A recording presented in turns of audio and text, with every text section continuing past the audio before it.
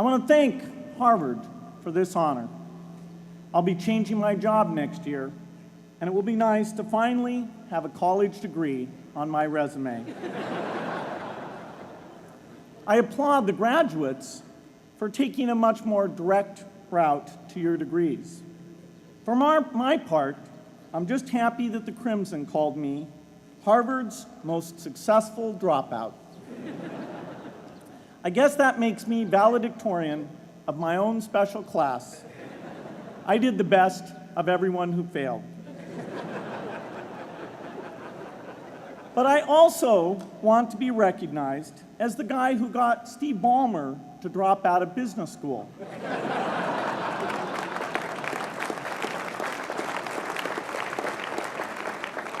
I'm a bad influence. That's why I was invited to speak at your graduation. If I'd spoken at your orientation, fewer of you might be here today.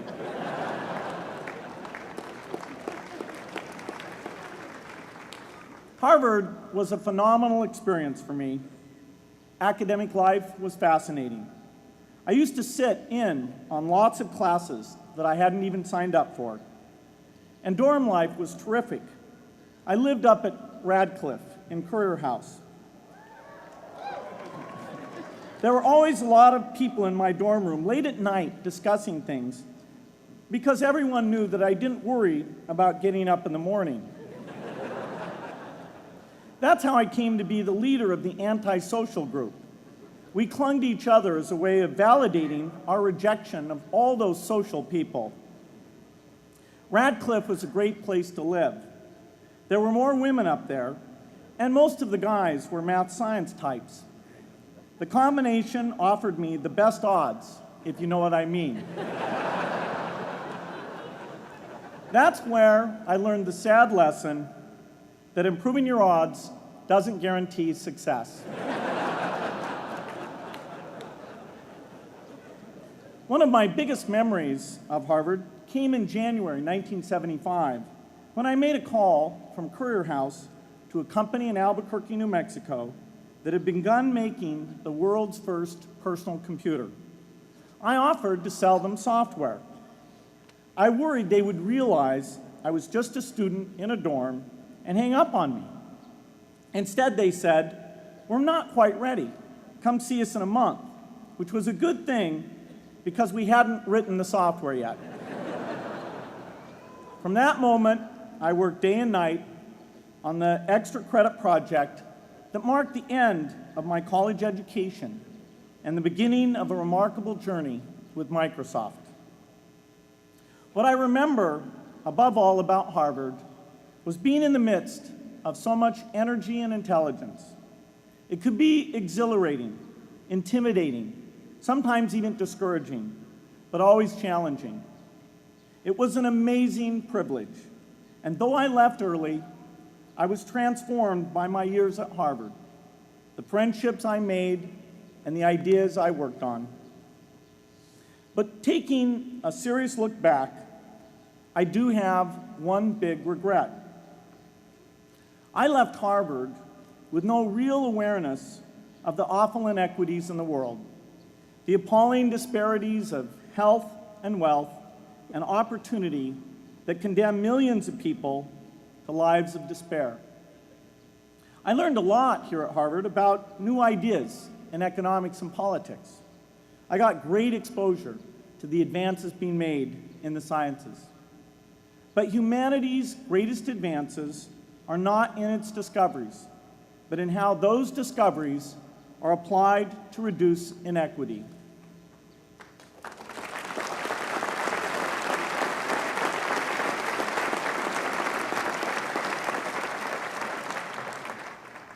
Whether through democracy, strong public education, quality health care, or broad economic opportunity, reducing inequity is the highest human achievement.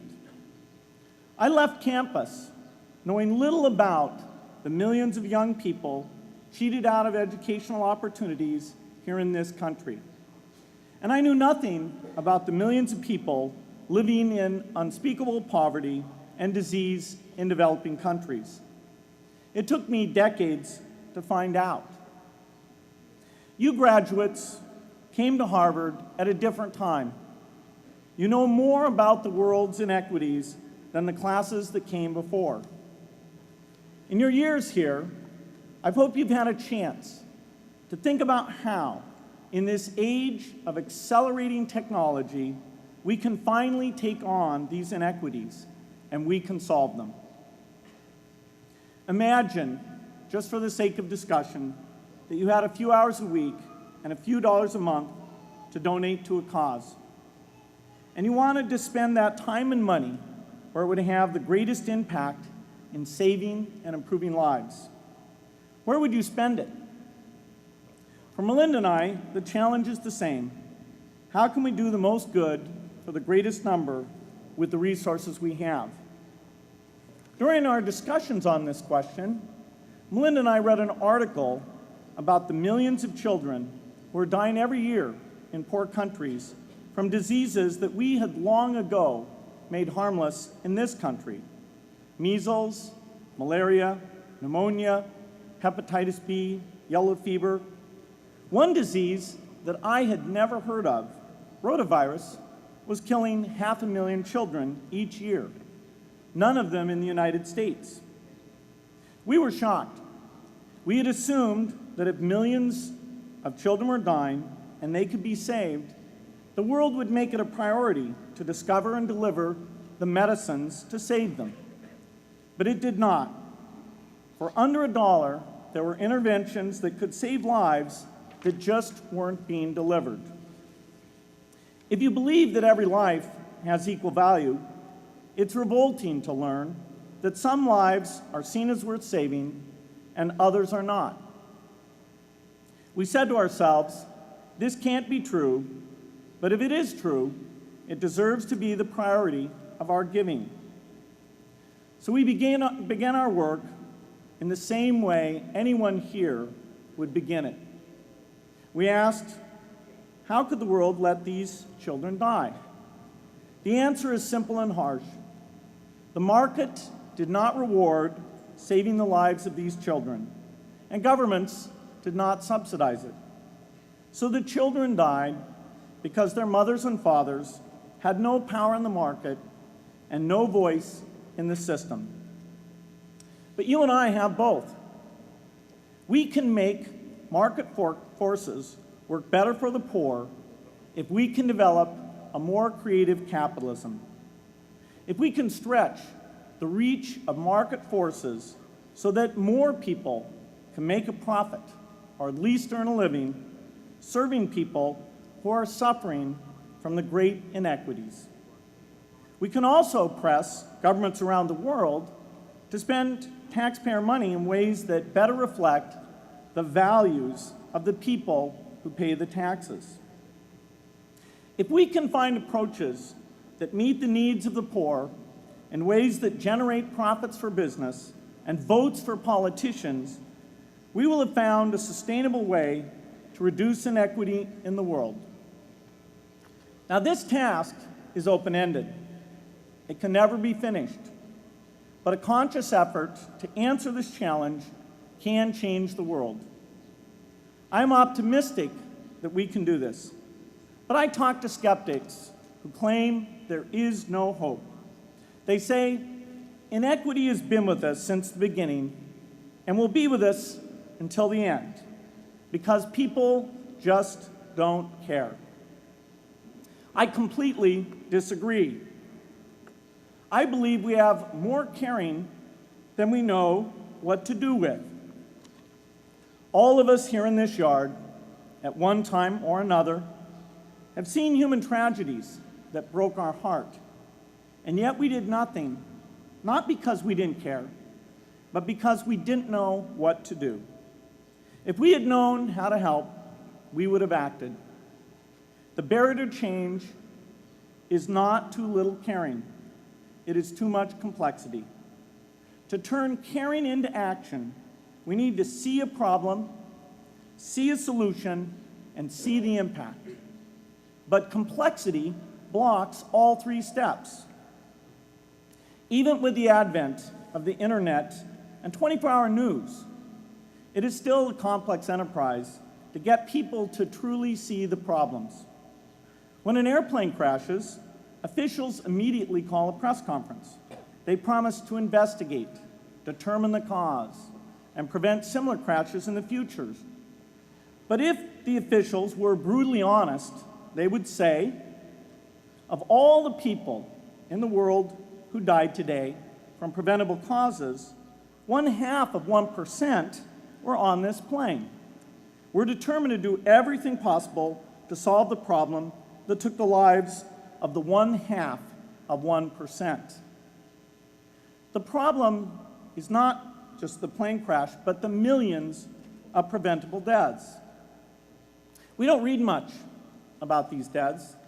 The media covers what's new, and millions of people dying is nothing new. So it stays in the background where it's easy to ignore. But even when we do see it or read about it, it's difficult to keep our eyes on the problem. It's difficult to look at suffering if the situation is so complex that we don't know how to help. And so we look away. If we can really see a problem, which is the first step, we come to the second step, cutting through the complexity to find a solution. Finding solutions is essential if we want to make the most of our caring. If we have clear and proven answers anytime an organization or individual asks, "How can I help?" then we can get action, and we can make sure that none of the caring in the world is wasted. But complexity makes it hard to mark a path of action for everyone who cares, and makes it hard for their caring to matter.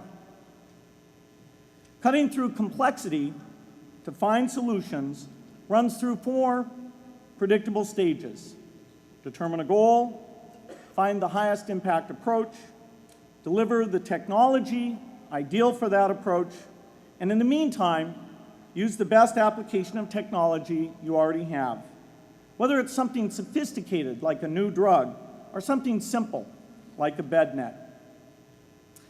The AIDS epidemic offers an example. The broad goal, of course, is to end the disease. The highest leverage approach is prevention. The ideal technology would be a vaccine that gives lifelong immunity with a single dose. So governments, drug companies, and foundations are funding vaccine research. But their work is likely to take more than a decade. So in the meantime, we have to work with what we have in hand, and the best prevention approach we have now is getting people to avoid risky behavior.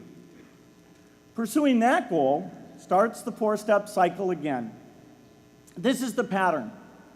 The crucial thing is to never stop thinking and working, and never do what we did with malaria and tuberculosis in the 20th century, which is to surrender to complexity and quit. The final step, after seeing the problem and finding an approach, is to measure the impact of the work and to share that, success or failure, so that others can learn from the efforts. You have to have the statistics, of course. You have to be able to show, for example, that a program is vaccinating millions more children. You have to be able to show, for example, a decline in the number of children dying from the diseases. This is essential not just to improve the program, but also to help draw more investment from business and government. But if you want to inspire people to participate, you have to show more than numbers.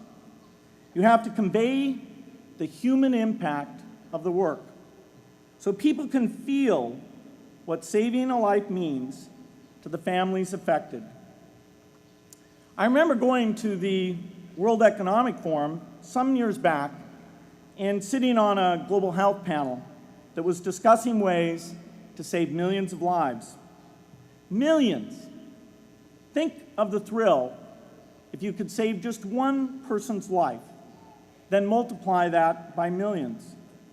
Yet, this was the most boring panel I've ever been on. Ever. So boring, even I couldn't stand it. What made that experience especially striking was that I had just come from an event where we were introducing version 13 of some piece of software, and we had people jumping and shouting with excitement. I love getting people excited about software, but why can't we generate even more excitement for saving lives? You can't get people excited unless you can help them see and feel the impact.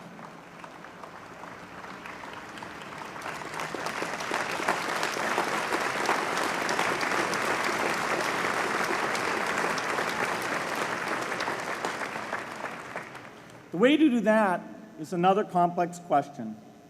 Still, I'm optimistic. Yes, inequity has been with us forever, but the new tools we have to cut through complexity have not been with us forever. They are new. They can help us make the most of our caring, and that's why the future can be different from the past. The defining and ongoing innovations of this age, biotechnology, the personal computer, and the internet, give us a chance we've never had before to end extreme poverty and end death from preventable disease. 60 years ago, George Marshall came to this commencement, and he announced a plan to assist the nations of post-war Europe. He said, I quote, "I think one difficulty is that the problem is one of such enormous complexity that the very massive facts presented to the public by press and radio make it exceedingly difficult for the man in the street to reach a clear appraisement of the situation. It is virtually impossible at this distance to grasp at all the real significance of the situation." 30 years after Marshall made his address, which was 30 years ago, as my class graduated without me, technology was emerging that would make the world smaller, more open, more visible, less distant. The emergence of low-cost personal computers gave rise to a powerful network that has transformed opportunities for learning and communicating. The magical thing about this network is not just that it collapses distance and makes everyone your neighbor. It also dramatically increases the number of brilliant minds we can bring in to work together on the same problem, and it scales up the rate of potential innovation to a staggering degree. At the same time, for every person who has access to this technology, 5 people don't. That means many creative minds are left out of this discussion. Smart people with practical intelligence and relevant experience who don't have the technology to hone their talents or contribute their ideas to the world. We need as many people as possible to gain access to this technology, because these advances are triggering a revolution in what human beings can do for one another. They are making it possible, not just for national governments, but for universities, corporations, small organizations, and even individuals to see problems, see approaches, and measure the impact of their efforts to address the hunger, poverty, and desperation George Marshall spoke of 60 years ago. Members of the Harvard family, here in the yard is one of the great collections of intellectual talent in the world. For what purpose? There is no question that the faculty, the alumni, the students, and the benefactors of Harvard have used their power to improve the lives of people here and around the world. But can we do more? Can Harvard dedicate its intellect to improving the lives of people who will never even hear its name? Let me make a request of the deans and the professors, the intellectual leaders here at Harvard. As you hire new faculty, award tenure, review curriculum, and determine degree requirements, please ask yourself, should our best minds be more dedicated to solving our biggest problems? Should Harvard encourage its faculty to take on the world's worst inequities?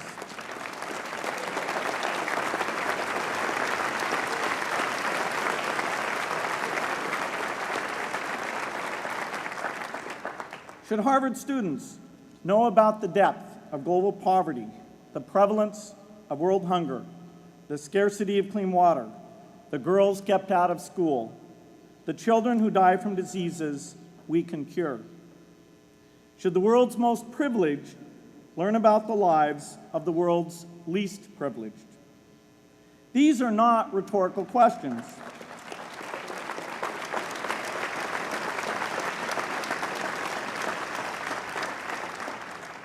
You will answer with your policies. My mother, who was filled with pride the day I was admitted here, never stopped pressing me to do more for others. A few days before I was married, she hosted a bridal event at which she read aloud a letter about marriage that she had written to Melinda.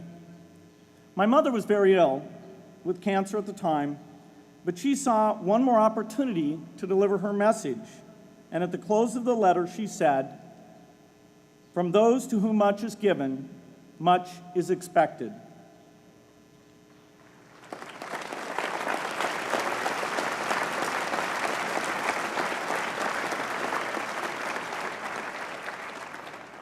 When you consider what those of us here in this yard have been given in talent, privilege, and opportunity, there is almost no limit to what the world has a right to expect from us. In line with the promise of this age, I want to exhort each of the graduates here to take on an issue, a complex problem, a deep inequity, and become a specialist on it. If you make it the focus of your career, that would be phenomenal. But you don't have to do that to make an impact. For a few hours every week, you can use the growing power of the internet to get informed, find others with the same interests, see the barriers, and find ways to cut through them. Don't let complexity stop you. Be activists. Take on big inequities.